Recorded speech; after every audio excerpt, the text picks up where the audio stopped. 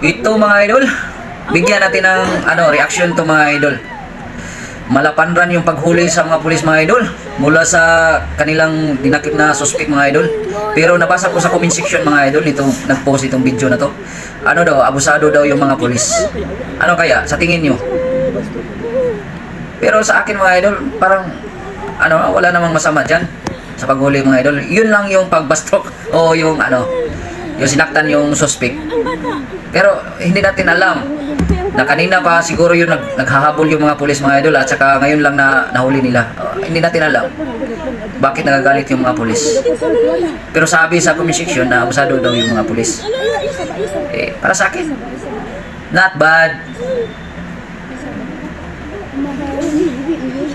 Kasi ginawa nila yung trabaho na bis nila mga idol para mahuli yung mga suspect o ano man yung kasalanan ng isang lalaki mga idol.